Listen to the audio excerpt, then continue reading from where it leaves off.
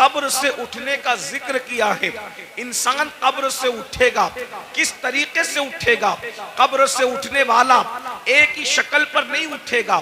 قبر کے اندر تو سب کو انسان کی شکل میں داخل کیا جائے گا، لیکن قبر سے اٹھتے وقت ہر انسان جو ہے اصل شکل پہ نہیں اٹھے گا، انسانی شکل میں نہیں اٹھے گا۔ کون کس شکل میں اٹھے گا؟ اب ذرا سنیے احادیث مصطفیٰ اور ذرا غور کیجئے۔ قرآن کہتا ہے یوم ينفخ فی الصور فتأتون افواجا، اور اس دن جب سور پھونکا جائے گا تو لوگ فوجوں فوج اپنی قبروں سے نکلیں گے، یعنی اللہ کی بارگاہ میں حاضر ہوں گے۔ تو جب انسان اپنی قبر سے باہر نکلے گا تو قبر سے باہر نکلنے کی کیفیت کیا ہے؟ صحابہ کرام نے پوچھا یا رسول اللہ صلی اللہ تعالی علیہ وسلم یہ بتائیں کہ جب انسان اپنی قبر سے باہر نکلے گا تو اس کی کیفیت کیا ہوگی، اس کی حالت کیا ہوگی، کس پوزیشن میں وہ نکلے گا؟ اللہ اکبر۔ دفن کرتے وقت تو انسان کافور کی خوشبو میں بسایا ہوا ہوگا، دفن کرتے وقت تو انسان کو کفن پہنایا ہوا ہوگا، دفن کرتے وقت تو انسان کی کیفیت یہ ہوگی عطر اور سرمے کے اندر وہ معطر بھی ہوگا اور اس کی آنکھوں پر سرمے کے اثرات بھی ہوں گے، لیکن اللہ اکبر اٹھتے وقت انسان کی کیفیت کیا ہوگی؟ اب ذرا غور سے سماعت کریں۔ اللہ اکبر۔ میرے آقا مصطفیٰ کریم رؤوف الرحیم صلی اللہ علیہ وآلہ وسلم اپنے صحابہ سے ارشاد فرماتے ہیں اے میرے صحابہ، کچھ لوگ قیامت کے دن جب اپنی قبر سے اٹھیں گے تو ان کی آنکھیں نہیں ہوگی، وہ اندھی آنکھیں لے کر کے اٹھیں گے، آنکھوں میں بینائی نہیں ہوگی، وہ آنکھوں میں روشنی نہیں ہوگی۔ ذرا تصور تو کریں، جو دنیا میں اندھا ہوگا وہ آخرت میں اندھا ہو ضروری نہیں ہے، جو دنیا میں بیمار ہوگا وہ آخرت میں بیمار ہو ضروری نہیں ہے۔ اللہ اکبر۔ اس لیے کہ دنیا کی بیماری کی کوئی حیثیت نہیں ہے،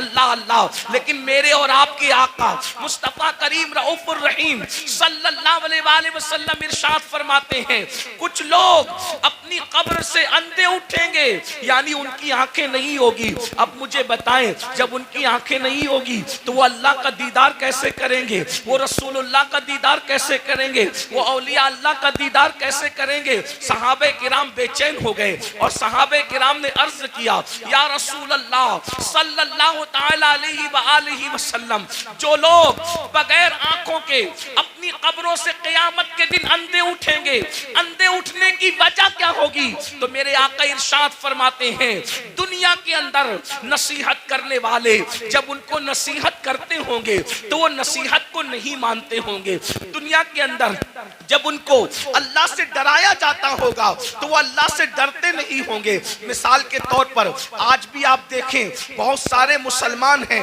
جو اللہ رب العزت کے بندے جب ان کو نصیحت کرتے ہیں تو وہ نصیحت مانتے نہیں ہیں۔ مثال کے طور پر اللہ اکبر، جیسے کہ اگر کسی کے گھر میں شادی میں ڈی جے بجایا جا رہا ہو، میوزک بجایا جا رہا ہو، گانے بجایا جا رہا ہو، اور اگر کوئی عالم کہے کہ بھئی ڈی جے نہ بجاؤ یہ حرام ہے، گانے نہ بجاؤ یہ حرام ہے، تو پلٹ کر کے نصیحت نہیں مانتے بلکہ کیا کہتے ہیں دولت ہماری ہے، مولوی کا کیا بگڑتا ہے، مال ہمارا ہے، مولوی کا کیا بگڑتا ہے۔ سن لو اللہ کے نبی نے تمہیں وقت سے پہلے آگاہ کیا، مرنے والوں موت آنی ہے، مرنے کے بعد قیامت کے دن قبر سے اٹھنا ہے۔ اگر تم نصیحت نہیں مانتے اور دولت کے نشے میں غرور و گھمنڈ کے اندر ڈوب کر کے خدا کی نصیحت کو پیٹ کے پیچھے ڈالتے ہو تو قیامت کے دن اندھے اٹھنے کے لیے تیار ہو جاؤ۔ سن لو دولت کے غرور اور گھمنڈ میں خدا کی نصیحتوں کو فراموش کرنے والوں، یہاں کسی کی آنکھیں اندھی ہوگی کوئی راستہ پکڑ کر کے چلا دے گا، یہاں کسی کی آنکھیں اندھی ہوگی کوئی سہارا دے کر کے پار لگا دے گا، یہاں کسی کی آنکھیں اندھی ہوگی کوئی نہ کوئی مدد کے لیے آ جائے گا، مگر قیامت کے دن اللہ کی نصیحتیں نہ ماننے کی بنیاد پر جب تمہیں اللہ اندھا اٹھائے گا، نہ وہاں لاٹھی ہوگی، نہ کوئی سہارا ہوگا، نہ کوئی مددگار ہوگا۔ اندازہ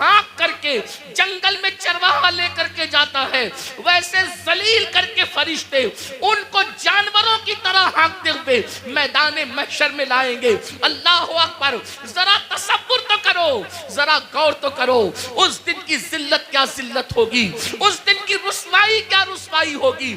آج ایزی منی کے چکر میں، شارٹ ٹائم کے اندر ترقی کرنے کے چکر میں انسان نہ حلال دیکھ رہا ہے نہ حرام دیکھ رہا ہے۔ میری قوم کے جوانوں، دولت تو نچنیوں کو بھی مل جاتی ہے، دولت تو جسم بیچنے والوں کو بھی مل جاتی ہے، دولت تو چوری کرنے والوں کو بھی مل جاتی ہے۔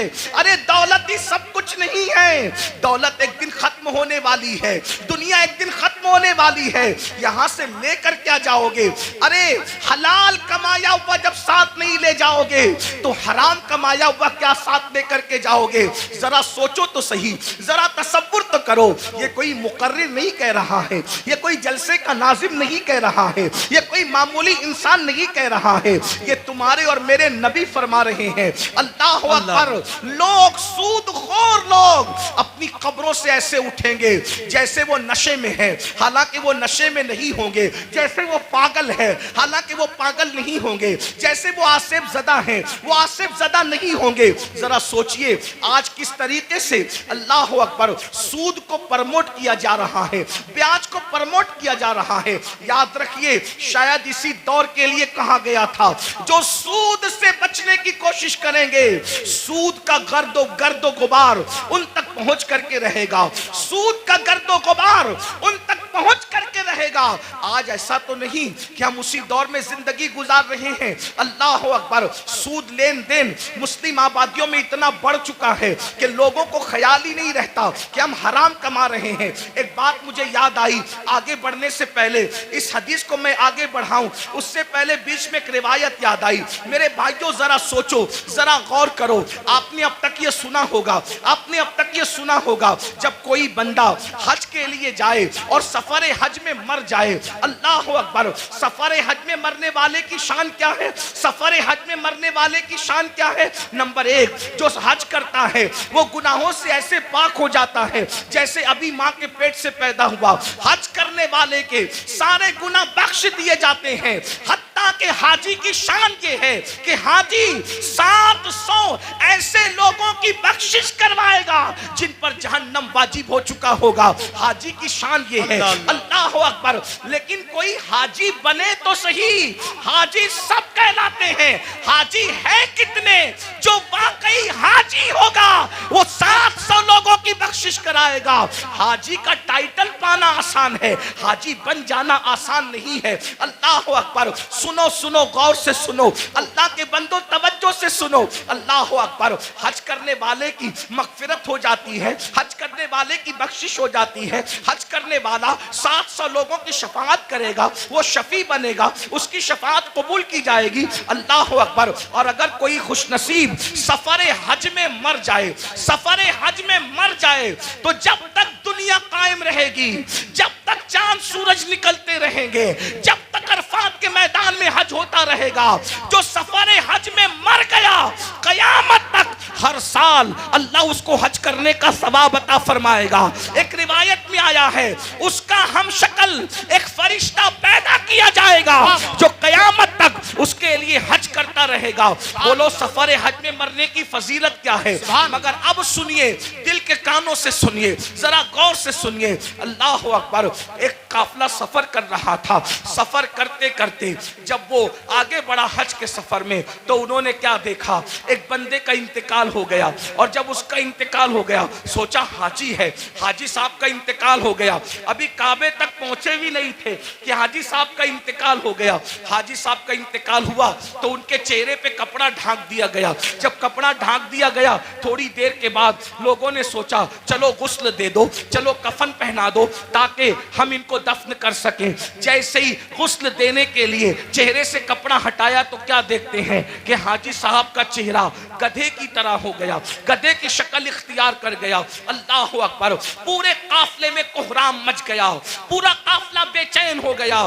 ارے سفر حج میں مرنا تو بڑی سعادت کی بات ہے، لیکن سب رونے لگے, سب بے چین ہونے لگے, دعا کرنے لگے اور دعا کرتے تھے, یا اللہ تو کسی پہ ظلم تو نہیں کرتا, سفر حج میں مرنے والا اس کا چہرہ گدھے کی طرح ہو گیا, اللہ اکبر. تو کسی کی آنکھ لگی تو خواب میں ارشاد فرمایا گیا تم اس کے گدھے کی طرح چہرہ ہونے پر افسوس اور تعجب کرتے ہو, یہ نہیں پوچھتے کہ اس کا چہرہ سفر حج میں بھی آخر گدھے کی طرح کیوں ہو گیا. جب پوچھا گیا تو بتایا گیا یہ سود کے پیسے سے حج پہ آیا تھا اور یہ سود کا کاروبار کرتا تھا, اس لیے بطور عبرت اس کی شکل کو گدھے کی طرح کر دی گئی. میرے پیارے آقا علیہ الصلوۃ و تسلیم کے پیارے دیوانوں, دنیا دنیا دنیا کی محبت, دنیا کا مال, قرآن کہتا ہے الہاکم التکاثر حتی زرتم المقابر, ہلاک کر دیا تم کو مال کی محبت نے یہاں تک کہ تم قبروں کے گڑھوں تک پہنچ گئے. مال کی محبت سے نکلو, مال کمانا برا نہیں ہے لیکن مال کی محبت میں مذہب و مسلک کا سودا کرنا برا ہے, آخرت کو فروخت کرنا برا ہے. یاد رکھیے یہ دنیا ہے. ایک بات میں آپ سے کہتا ہوں, آپ بہت اچھے سے سن رہے ہیں, 99% لوگ اچھے سے سن رہے ہیں, 1% لوگ اگر گڑبڑ کر رہے ہیں یہ میں ان کے ایمان اور عقیدے پہ چھوڑتا ہوں, کیونکہ کچھ لوگ ایسے ہوتے ہیں جو اپنے وجود کے ہونے کی گواہی میں چلم چاٹ کرتے ہیں, انہیں کرنے دیجئے. میری توجہ 1% لوگوں کی طرف نہیں, میری توجہ ان 99% خوش نصیبوں کی طرف ہے جو اپنی آخرت کو بہتر بنانے کے لیے یہاں بیٹھے ہیں, جو اللہ کی رضا کے لیے یہاں بیٹھے ہیں. 1% لوگوں میں چاہے زمین پہ بیٹھے لوگ ہوں چاہے منبر پہ بیٹھے لوگ ہوں, جو گڑبڑ کرے ان کو کرنے دیجئے. آپ سنیے, اب اس 1% میں سے بھی 50% اس میں سے بھی ادھر آ گئے ہیں اور ماشاءاللہ سب سن رہے ہیں. آدھا % اس میں سے اب لوگ اگر کچھ ہیں ان کو کرنے دے وہ جو کر رہے ہیں, لیکن غور سے سنیے. ایک بات آپ سے کہتا ہوں, ہم جھوٹ بول کے مال کما لیں, ہم سود کے ذریعے مال کما لیں, ہم چوری کے ذریعے مال کما لیں, کسی ذریعے مال کما لیں, تھوڑا ذرا غور کیجئے. اگر ہم پیور حلال کے ذریعے بھی مال کمائیں تو مجھے بتائیے مال کس سے وفا کرتا ہے؟ جو ہم سے وفا کرے گا. ایک بات یاد رکھنا, مال ضرور کماؤ مگر مال کے چکر میں اللہ کو مت بھولو. یہی تو فرعونیت ہے. دیکھو مالدار فرعون بھی ہے, مالدار عثمان غنی بھی ہے, مالدار نمرود بھی ہے, مالدار سلیمان علیہ السلام بھی ہے, مالدار جو ہے وہ قارون بھی ہے اور مالدار ذوالقرنین بھی ہے. لیکن فرق کیا ہے؟ دونوں مالداروں کی مذمت نہیں ہے. سیدنا عثمان غنی کو مال کے بدلے میں جنت بیچی گئی ہے. اگر مال برا ہوتا تو عثمان غنی کی بھی برائی کی جاتی معاذ اللہ مال کی بنیاد پر, لیکن کوئی عثمان غنی کی برائی نہیں کرتا. اللہ اکبر. قارون کی برائی ہوتی ہے, عثمان کی برائی نہیں ہوتی. وجہ مال نے قارون کو اللہ کا باغی بنا دیا اور مال نے عثمان غنی کو جنتی بنا دیا. مال برا نہیں ہے, مال کا استعمال برا ہے. حکومت ملی نمرود بگڑ گیا, حکومت ملی سلیمان علیہ السلام کو حکومت نے نہیں بگاڑا, بلکہ جب بھی نعمت ملتی ہے تو سلیمان علیہ السلام کہتے ہیں کہ سبحان ربی العالی. نمرود کہتا ہے انا ربکم العالی اور سلیمان کہتے ہیں سبحان ربی العالی.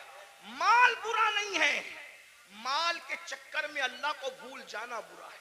اب آپ سے پوچھتا ہوں کتنے ہی مالدار ہیں ہم؟ تھوڑا غور, منبر والے بھی غور.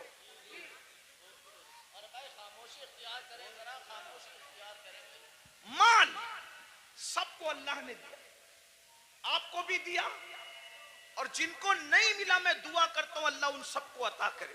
آمین آمین. لیکن سنو, مال آپ نے کما لیا, بہت مال مل گیا. مال ملنے کے بعد آپ کو اللہ نہ کرے, 1000 بار نہ کرے, ڈاکٹر نے کہہ دیا کہ یہ سیریس ہے. کتنے بھی بیمار ہیں آپ, اللہ نہ کرے, اللہ آپ کو کبھی بیمار نہ کرے, سب کو صحت دے. لیکن ایک گراؤنڈ ریئلٹی ہوتی ہے نا کہ بیمار تو آدمی نے پڑنا ہی ہے. بڑے سے بڑا عالم ہو, خطیب ہو, سید صاحب ہو, پیر صاحب ہو, ڈاکٹر صاحب ہو, انجینئر صاحب ہو, بیمار تو پڑنا ہی ہے. ڈاکٹر نے کہا یہ سیریس ہے, ان کا معاملہ جو ہے تھوڑا سا نازک ہے. آپ مجھے بتائیں, آپ نے 5 کروڑ 10 کروڑ 20 کروڑ کا بنگلہ بنایا, لیکن جیسے ہی ڈاکٹر نے کہا سیریس ہے, بولو کہ آپ بنگلے میں رہیں گے؟ تھوڑا تصور کیجیے. دیکھیے جلسے جو ہے دینی جلسے, وہ بھیڑ اکٹھا کرنے کے لیے نہیں ہوتی. بھیڑ آتی ہم اس لیے خوش ہوتے ہیں کہ جتنے زیادہ لوگ تک پیغام پہنچے گا اتنا زیادہ فائدہ ہے. لیکن بھیڑ اکٹھا کرنے کے لیے سیاسی جلسے ہوتے, مذہبی نہیں ہوتے. اتنا یاد رکھیں. ہم 22,000 پر خوش ہونے والے لوگ نہیں ہیں, ہمیں تو 72 وفادار چاہیے. سبحان اللہ سبحان اللہ. واہ واہ واہ. کربلا میں ایک طرف 22,000 گنڈے تھے اور ایک طرف 72 وفادار. سبحان اللہ سبحان. 22,000 کا نام نہیں ملتا, توجہ, 22,000 کا نام نہیں ملتا اور 72 کا نام مٹتا نہیں. ان کا نام ملتا نہیں, ان کا نام مٹتا نہیں. وجہ کہ وہ 22,000 ہو کر بھی مخلص نہیں تھے اور یہ 72 ہو کر بھی اللہ کے وفادار اور مخلص بندے. سبحان اللہ سبحان اللہ. اس لیے دھیان سے سنو, غور سے. 5 کروڑ کا بنگلہ 10 کروڑ بناؤ, ہم منع نہیں کرتے. ہمارا تصوف تو قادری تصوف ہے, اچھا کھاؤ اچھا پہنو اچھے عمل کرو, ہم منع نہیں کرتے. ہم دقیانوسی فکر کے لوگ نہیں ہیں. ہم لوگ ایسا نہیں کہتے کہ جو جتنا دھارمک ہوگا وہ اتنا شادیوں سے دور ہوگا. نہ, مذہبی بن کر بلکہ مذہبی بننے کا ڈھونگ رچا کر شادی نہ کرنا اور پھر سفید داڑھی ہونے کے بعد ریپ کیس میں جیل میں پڑے رہنا, یہ کون سی مذہبیت ہے؟ یہ کون سی مذہبیت؟ ہمارا مذہب تو یہ, جب مذہب کی جان محمد الرسول اللہ نکاح کرتے ہیں تو نکاح کرنا یہ مذہب کے خلاف نہیں ہے, بلکہ نکاح کرنا یہ تو مذہب کا حصہ ہے. اللہ سبحان اللہ سبحان اللہ.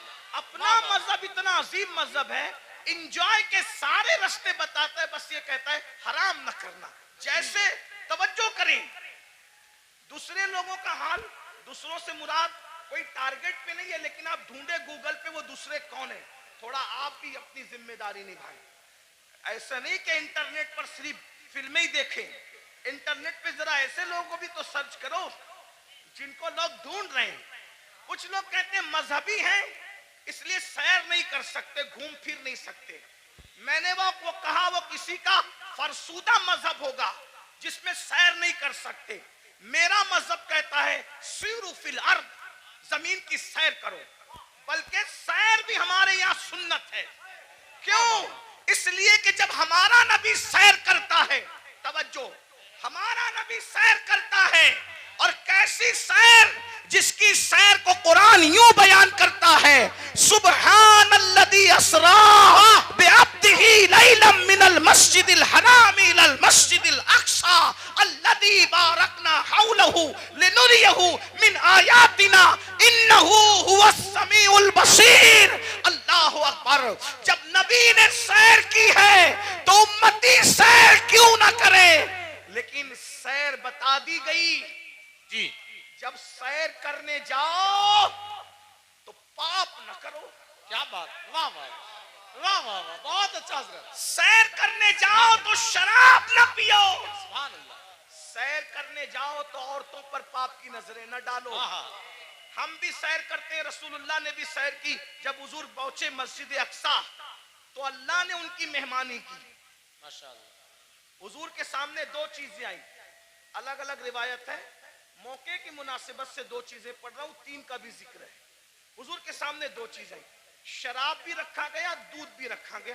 توجہ, جی. سیر ہے, سیر میں اللہ کی طرف سے بطور امتحان شراب بھی رکھا گیا, دودھ بھی رکھا گیا.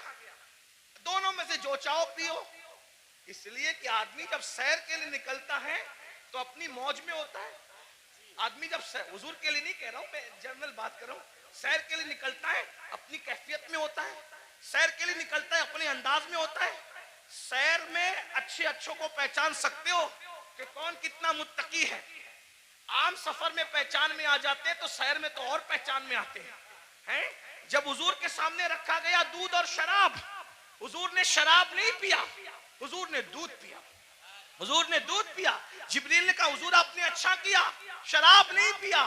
اگر شراب پی لیتے تو آپ کی پوری امت گمراہ ہو جاتی. اس سیر میں نبی نے شراب نہیں پیا, دودھ پیا. بتا دیا میرے امتیوں, ہم سیر کے لیے نکلے, شراب چھوڑ کر دودھ پیا. تم بھی نکلنا, شراب کو ہاتھ مت لگانا. دودھ پیو تو جائز ہے, شراب پینے کی اجازت نہیں ہے. حضور نے نعرہ تکبیر, نعرہ رسالت, مسلک اعلی حضرت جامعہ عربیہ مدینۃ العلوم, جشن دستار بندی. واہ واہ واہ سبحان. سیر کرنے کے لیے گوا جاؤ, منع نہیں ہے. سمندر دیکھنا, دائیں بائیں نہیں دیکھنا. یہ بھی ہمارے نبی کی سیر میں. حضور جا رہے تھے مسجد اقصی, حضور جا رہے تھے مسجد اقصی. ایک نے کہا میری طرف دیکھیں. میں بطور مفہوم پیش کر رہا ہوں, علماء جان رہے میں کہاں سے پڑھ رہا ہوں. میری طرف دیکھیں, حضور نے نہیں دیکھا. دوسرے نے کہا میری طرف دیکھیں, حضور نے نہیں دیکھا. تیسرے نے کہا میری طرف دیکھیں, نہیں دیکھا. حضور سیر تو کر رہے ہیں مگر ساتھ وہ نگاہ جس کے بارے میں میرے امام کہتے ہیں, نیچی آنکھوں کی شرم و حیا پہ درود, اونچی بینی کی رفعت پہ لاکھوں سلام. اللہ اکبر.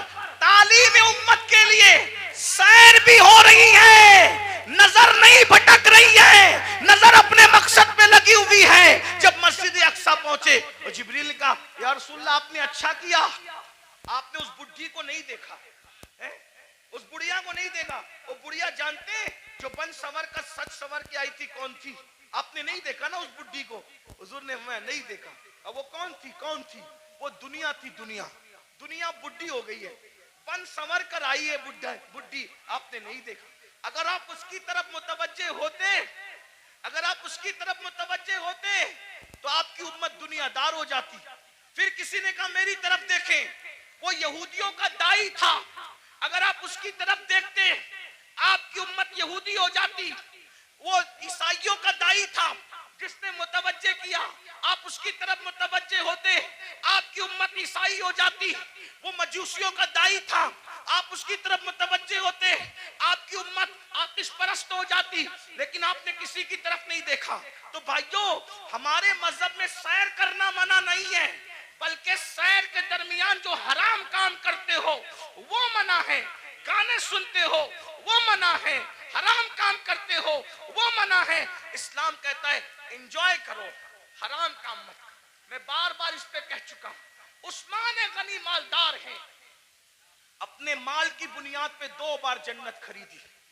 اور حضرت عثمان نے ایسی جنت خریدی کہ اللہ کے رسول نے یہاں تک کہہ دیا آج کے بعد عثمان کچھ بھی کر لے وہ جنت ہی میں داخل ہوگا. اللہ اللہ سبحان اللہ سبحان. یہ مال کی برکت ہے. تو مال اگر مسجد میں دو سبحان اللہ, مدرسے میں دو سبحان اللہ, ماں باپ پہ خرچ کرو سبحان اللہ, بھائی بہنوں پہ خرچ کرو سبحان اللہ, غریب یتیم مسکینوں پہ خرچ کرو سبحان اللہ. لیکن اگر مال کی وجہ سے اللہ کو بھول جاؤ, فرعونی سوچ ہو, نمرودی سوچ ہو, قارونی سوچ ہو. اب تھوڑا غور کرو, میں جو کہہ رہا تھا ماحول بن چکا, تھوڑا سن, اچھا ماحول بن گیا, تھوڑا سننے کا ماحول بن گیا. ہاں, ایک تقریر کے بعد ہمارے بھائی حضرت علامہ زاہد حسین صاحب کہہ رہے تھے کہ تیرا ہی حوصلہ ہے کہ اتنی چیخ چلاٹ میں تو بولتا ہے.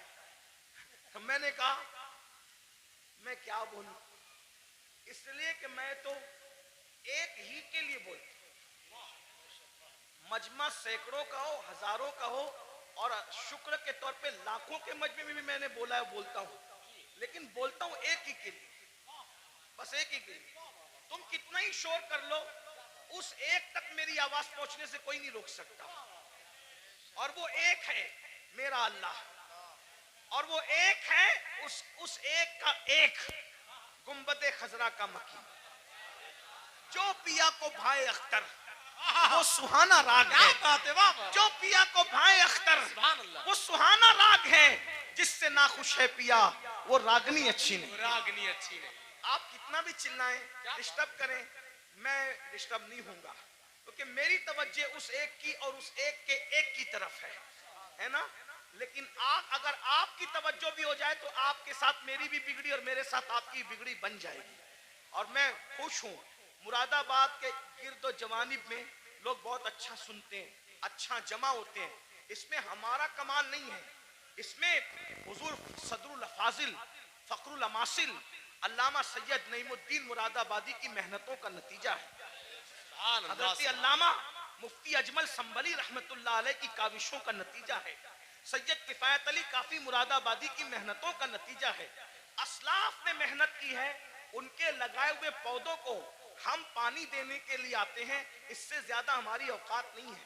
اگر اسلاف نے پودے نہ لگائے ہوتے تو ہم کبھی بھی ان پودوں کو پانی دینے کا شرف حاصل نہیں کرتے.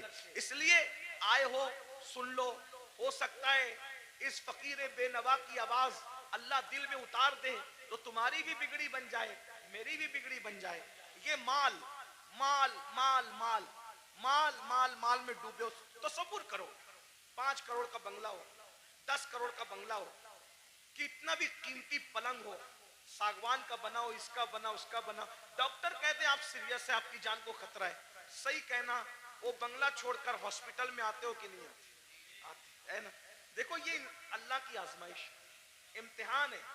اور وہ ہاسپٹل ہمارے لیے کرائے کا ہوتا ہے, ہوتا ہے کہ نہیں, کرائے کا, کرائے کا ہوتا ہے.